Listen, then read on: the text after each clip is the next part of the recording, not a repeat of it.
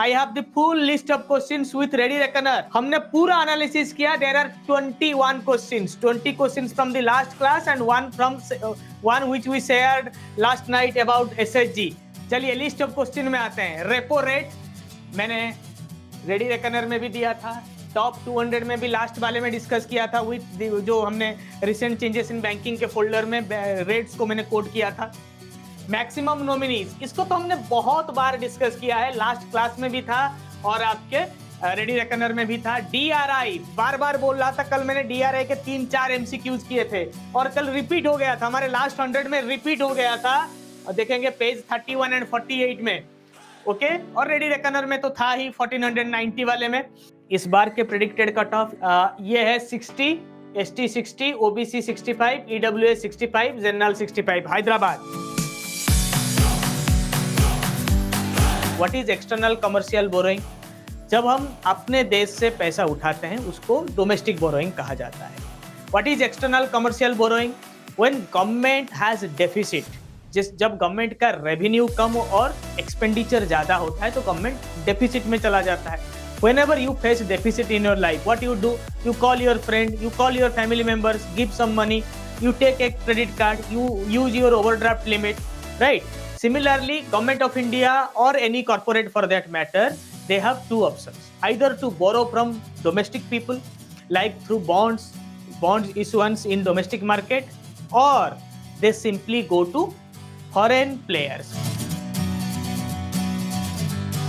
Knowledges मैंने 1 साल पहले ज्वाइन किया था. मेरे एक कलीग का हुआ था SBI CBO में, तो सर वहाँ से मैंने वो ड्रीम देखा और बस दिन का 1 घंटा जो अपना सेशन होता है 1-2 घंटा वो दिया सर, उसमें ही हो गया. क्योंकि आपका कॉन्सेप्ट इतना अच्छे से आप लोग क्लियर करते हो प्रवीण सर, तो बहुत मज़ा आता था सेशन में. वो सेशन कभी ऐसा लगता ही नहीं था कि हाँ पढ़ाई हो रही है, क्योंकि बहुत सारी नई नई चीज़ें सीखने को मिलती थी सेशन में. तो वो इतना तो मुझे बैंकिंग का पता ही नहीं था 4 साल में, जितना 1 साल में नॉलेजिस्ट के सेशंस करके बहुत सारी चीज़ें पता चली. तो नॉलेज भी इंक्रीज हुई. Thank you so much for this. What is counterfeit notes? Fake notes, detection and impounding. Impounding मतलब उसको फॉरफिट करना, उसको जब्त करके रखना, दैट इज इम्पाउंडिंग. किस तरह से काउंटरफिट नोट को हम इम्पाउंड करते हैं, डिटेक्ट करते हैं. ठीक है.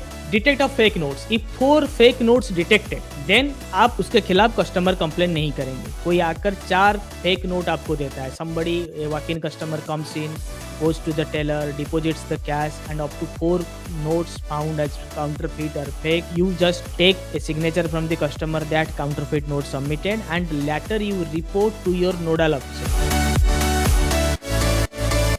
Thank you so much sir. मैं आपको कैसे शुक्रिया अदा करूं, मुझे समझ में नहीं आ रहा है sir. I am so happy. मैं यही कहना चाहूंगा सर, आप थे तो मतलब बिल्कुल एक भरोसा था कि सर हो जाएगा. Thank you so much sir. Thank you, thank you, thank you. Ankit. Sir मैं सर एक ही लाइन में बोलूंगा सर, आप ग्रेट हो सर. और सर आज आपकी वजह से मैंने मेरे पापा का ड्रीम कंप्लीट किया है. मेरे पापा भी SBI में थे और आज मैं भी फाइनली सर सिलेक्ट हो चुका हूँ sir. Thank you so much sir. Sir बहुत बहुत धन्यवाद सर आपका. प्रणाम सर. आपकी फोटो भी उसी दिन सेव कर ली थी सर, जो किंग मेकर वाली सर, कि सिलेक्शन होने के बाद मैं पोस्ट करूंगा सर.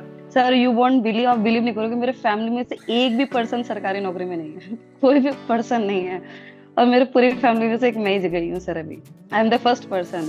तो सर नाउ भी बहुत अच्छा लग रहा है कि मेरे family members they are calling me सरकारी बाबू आ गए अब तो.